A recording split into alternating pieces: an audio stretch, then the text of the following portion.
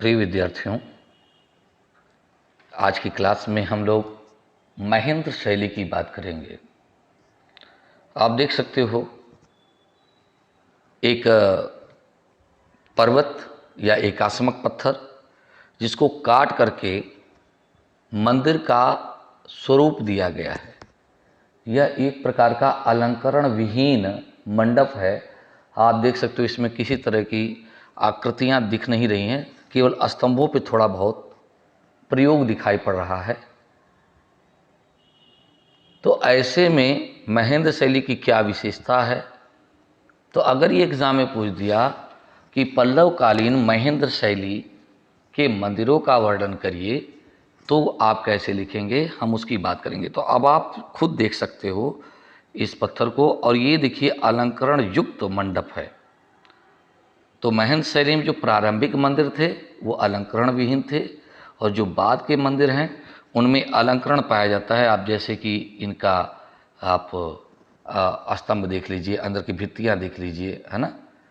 तो उस पे राजाओं का, पशुओं की आकृतियाँ बनती हुई दिखाई पड़ती हैं। तो चलिए हम उस पर बात करते हैं और महेंद्र शैली का वर्णन करते हैं। तो इस प्रकार से अगर क्वेश्चन बने कि कांची के पल्लवकालीन महेंद्र शैली अर्थात मंडप शैली के मंदिरों का वर्णन कीजिए, तो क्या लिखेंगे? देखिए, पल्लव राजवंश प्राचीन दक्षिण भारत का एक महत्वपूर्ण राजवंश था। 4वीं शताब्दी में इसने कांचीपुरम में राज्य स्थापित किया और लगभग 600 वर्षों तक तमिल और तेलुगु क्षेत्र में राज्य किया था। इस वंश की राजधानी कांची थी और इनकी मुख्य भाषा संस्कृत और तमिल भाषा थी। इस राजवंश का संस्थापक सिंहवर्मा प्रथम या सिंह विष्णु, जिसका समय है 575 ईस्वी से लेकर के 600 ईस्वी यानी 575 AD टू 600 AD को माना जाता है। इनका राज प्रतीक सिंह था, अतः इनके मंदिरों के स्तंभों पर सिंह का अंकन अवश्य पाया जाता है। और इन्होंने वैष्णव, शैव और जैन धर्म को संरक्षण प्रदान किया था। चलिए आगे बात करते हैं। पल्लव राजवंश के दौरान कला और वास्तुकला। देखिए, पल्लव नरेशों का शासनकाल कला एवं स्थापत्य की उन्नति के लिए प्रसिद्ध है। वस्तुतः उनकी वास्तु एवं तक्षण कला दक्षिण भारतीय कला के इतिहास में एक सर्वाधिक गौरवशाली अध्याय है। पल्लव वास्तुकला ही दक्षिण की द्रविड़ कला शैली का आधार बनी। तो जो द्रविड़ मंदिर शैली है, असल में उसका जो विकास हुआ इसी शैली से हुआ था। ठीक है, इसी से दक्षिण भारतीय स्थापत्य के 3 प्रमुख अंगों का जन्म हुआ। एक तो मंडप, दूसरा रथ, तीसरे विशाल द्रविड़ शैली के मंदिर। प्रसिद्ध कलाविद पर्सी ब्राउन ने पल्लव वास्तुकला के विकास की शैलियों को 4 भागों में विभाजित किया है।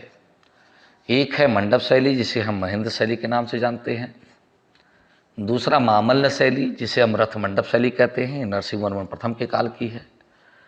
तीसरी है राज सिंह शैली, जो कि नरसिंह वर्मन द्वितीय के काल की है। और चौथी है नंदवर्मन शैली, नंदवर्मन द्वितीय के समय की। तो कुछ लोग नंदवर्मन शैली की जगह पर अपराजित शैली शब्द का प्रयोग करते हैं।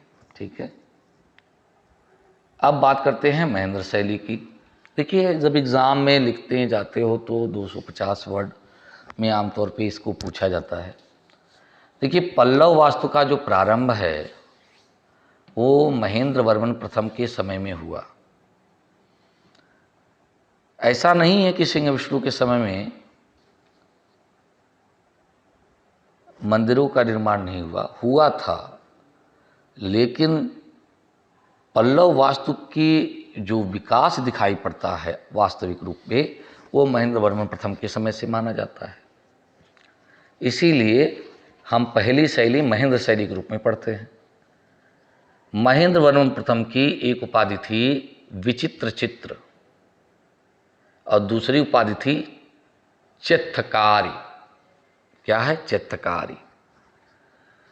तो मंडप पट्टू लेख में यह दावा करता है कि उसने ईंट, लकड़ी, लोहा चूना आदि के प्रयोग के बिना ही एक नई वास्तु शैली को जन्म दिया। इस मंडप शैली की जो प्रमुख विशेषताएं हैं वो निम्नवत हैं। तो यह नई शैली जो मंडप वास्तु की थी, जिसके अंतर्गत गुहा मंदिरों के निर्माण की परंपरा प्रारंभ हुई, तोंड मंडलम की प्राकृतिक शिलाओं को उत्कीर्ण करके मंदिर बनाए गए, जिन्हें मंडप कहा जाता है। ये मंडप साधारण स्तंभ युक्त बरामदे हैं, जिनकी पिछली दीवार में एक या अधिक कक्ष बनाए गए हैं। इनके पीछे के भाग में गर्भगृह रहता है। ठीक है।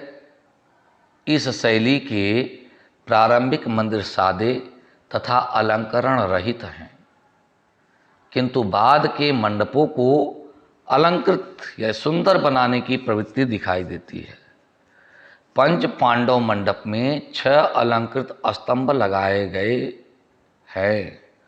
इन पर कमल फुल्लक, मकर तोरण, मकर मतलब वही मगरमच्छ, ठीक है, तरंग मंजरी आदि के चित्र या आदि के मतलब क्या कहते हैं अभिप्राय अंकित हैं या अलंकरण प्राप्त होते हैं।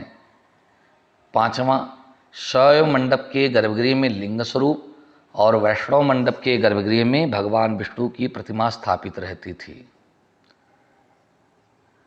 अगली बात, मंडप के बाहर बने मुख्य द्वार पर द्वारपालों की मूर्तियां मिलती हैं, जो कलात्मक दृष्टि से उच्च कोटि की हैं।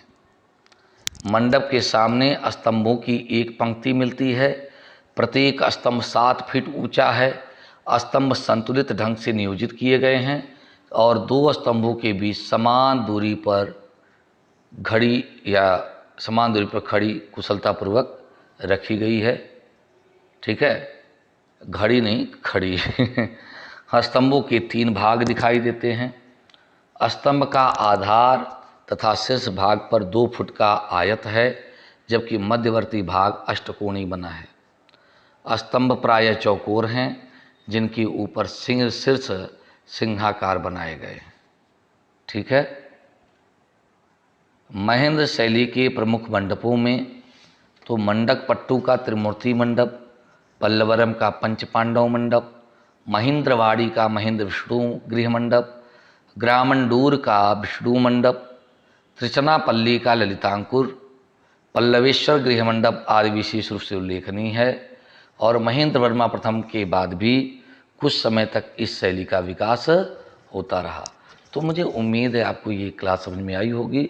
और इसके अलावा और भी वीडियो, जैसे रथ स्थापत्य जो कि एग्ज़ाम में पूछा गया है ना, मामल्य शैली के रथ स्थापत्य का वर्णन करिए, तो वो अगली क्लास जो रहेगी उस पर रहेगी। ठीक है, धन्यवाद।